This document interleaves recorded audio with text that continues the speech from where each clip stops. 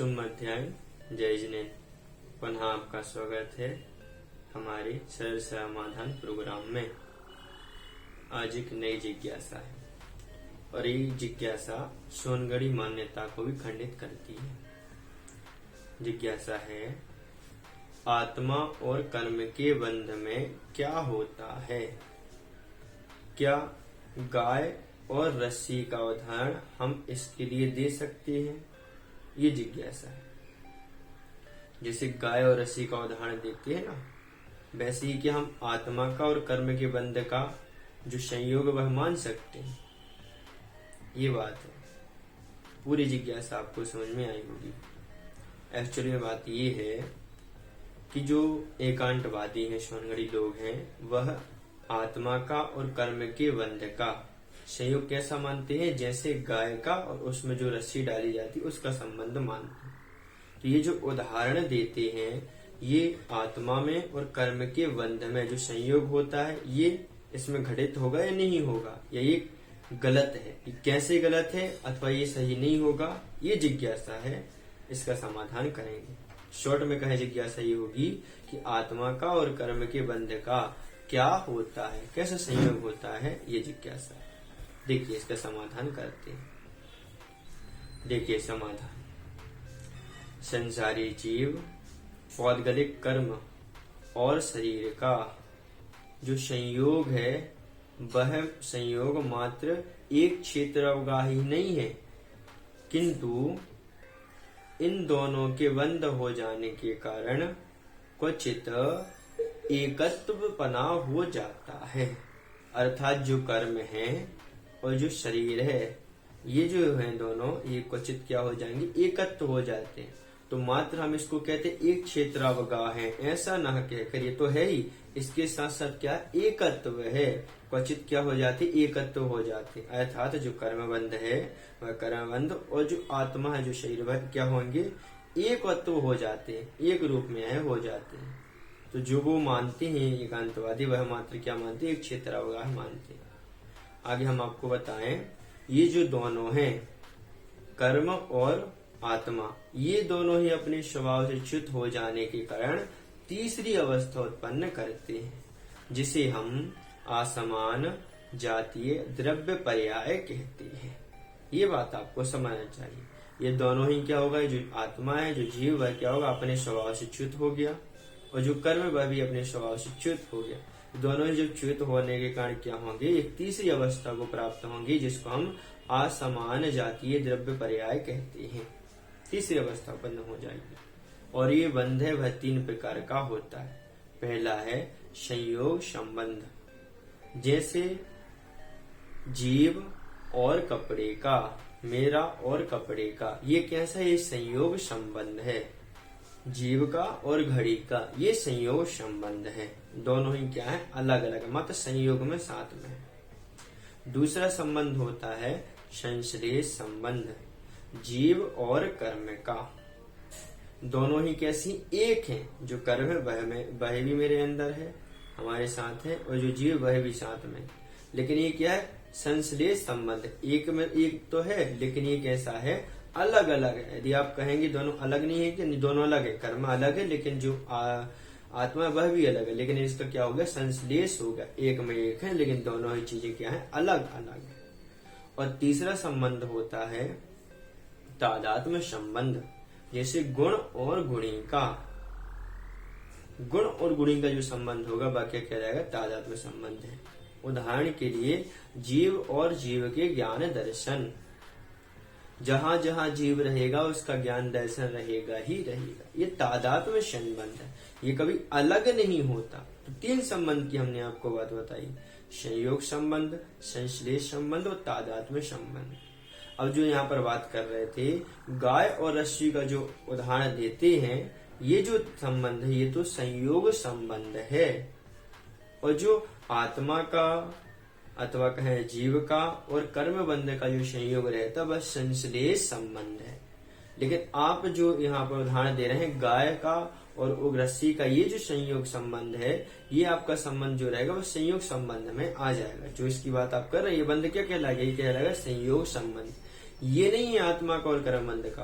कर्मबंध के संबंध को हम क्या कहेंगे, आत्मा और कर्मबंध के संबंध को क्या कहेंगे, संश्लेष संबंध। संश्लेष संबंध यहाँ पर कहेंगे।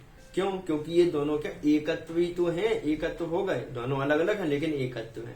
लेकिन जो संयोग संबंध है वह संयोग संबंध कहता है शरीर अलग है और घड़ी अलग, दोनों स्पष्ट अलग दिख रहे हैं, दोनों अलग तो हैं, लेकिन यहाँ पर संयोग संबंध आके संश्लेष संबंध आएगा।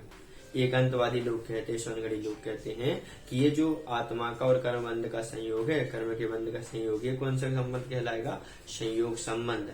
संयोग संबंध मतलब जो उन्होंने उदाहरण देते ना गाय का और रस्सी का, ये जो संबंध है वह संयोग संबंध, लेकिन ऐसा नहीं है।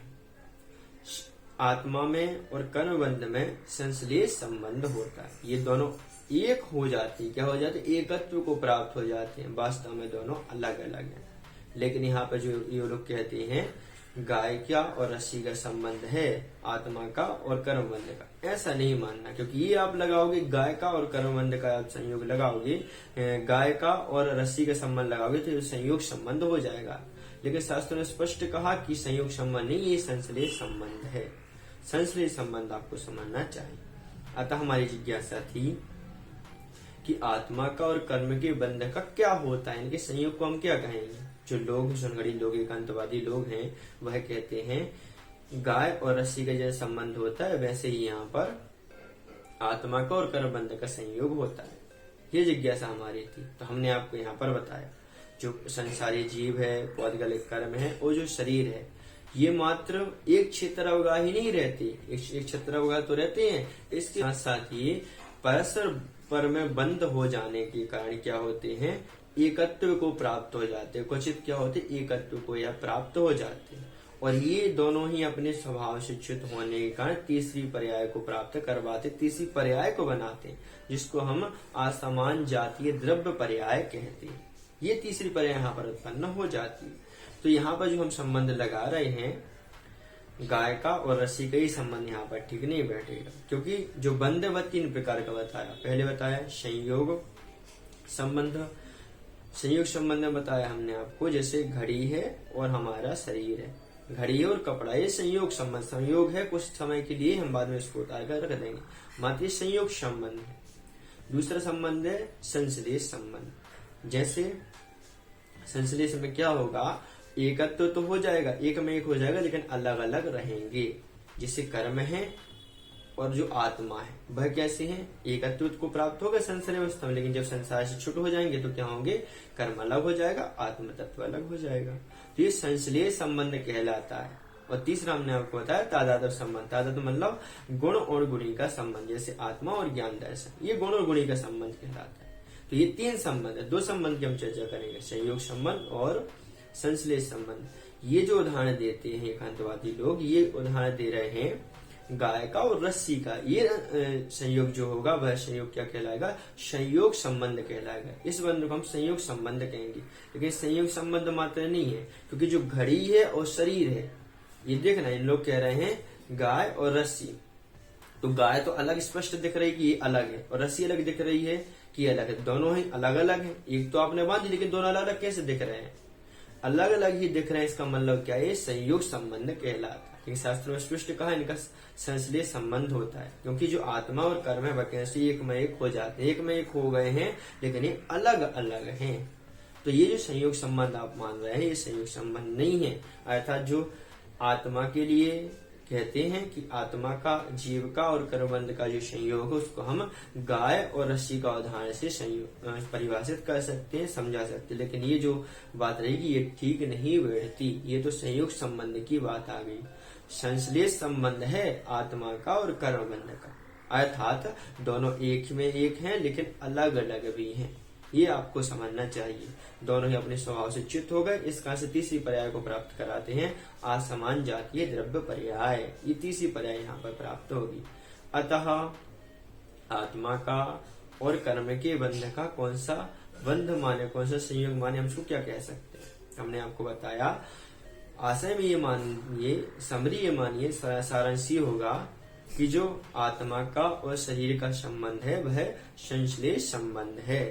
अर्थात ये दोनों अलग अलग है, लेकिन एक में एक है संसारी अवस्था में। लेकिन ये लोग कहते हैं जो आगम से दूषित हो गए हैं, जिन्होंने आगम को विपरीत अर्थ लगा लिया, एकांतवाद लगा लिया, ये लोग कहते हैं इनका संबंध गाय और रस्सी के समान है, अर्थात इनका संयोग संबंध, संयोग मात्र नहीं है, संसलीय से संसारी अवस्था में, ये इनको समझना चाहिए और आपको भी अपनी मान्यता सही बनानी चाहिए। अतः आत्मा का और कर्मबंध का कैसा संयोग होता है, इसका संबंध तो संश्लेष संबंध होता है। जो योग संयोग संबंध मानते हैं अर्थात गाय और रस्सी का संबंध मानते हैं, ये गलत है, पूर्णतः गलत है। तो गाय अलग है और रस्सी अलग है, शरीर अलग है, कपड़ा अलग है, संयोग हुआ है लेकिन मानते, लेकिन दोनों चीजें अलग स्पष्ट दिख रही है। तो आत्मा में और कर्मबंध में संश्लेष संबंध होता है, संयोग संबंध नहीं होता। ये जैन आगम का, जैन सिद्धांत का नियम है। ये समाधान यहाँ पर पूर्ण हो गया। इसी तरह यदि आपकी जिज्ञासा आप भेजना चाहते इस वीडियो के अंत में लिंक दिए गए उस लिंक पे क्लिक कीजिए, उसमें जो नंबर आप देंगे वहां पर व्हाट्सएप नंबर दीजिए, उस नंबर को हम अपने व्हाट्सएप ग्रुप से जोड़ेंगे जहां पर अपनी आप जितनी भी जिज्ञासा उन जिज्ञासा को भेज पाएंगे और वहां पर समाधान प्राप्त कर पाएंगे। अच्छी जिज्ञासा का समाधान व्हाट्सएप ग्रुप से होगा, व्हाट्सएप चैनल से हम आप उसका समाधान करेंगे। ठीक है, तो शीघ्रता से जुड़ जाइए, हर क्लास में आपको बोलते हैं। और आपको एक बात जरूर समझना है कि यदि वीडियो पसंद आती तो लाइक कीजिए। कोई नई जिज्ञासा आपको होती है तो इस वीडियो के संबंध में कोई जिज्ञासा इस क्लास के संबंध में, तो आप वही जिज्ञासा कीजिए। और चैनल से नए बने तो सब्सक्राइब जरूर कीजिए। और आपको लगता है काम किए तो अन्य लोगों तक भी शेयर कीजिए। आपके पास जो जैन ग्रुप है उन जैन ग्रुप पर शेयर कीजिए, जिससे लोगों को सही मान्यता का पता चल सके, एकांतवाद से हटकर अनेकांतवाद में आकर महावीर के पंथ को वह ज्ञात कर सके, सच्चे जैनागम का सार प्राप्त कर सके। ठीक है, तो इसी तरह से वैसे बने रहिए। कल की क्लास में एक नई जिज्ञासा के साथ मिलेंगे, तब तक के लिए नमस्कार, जय जय।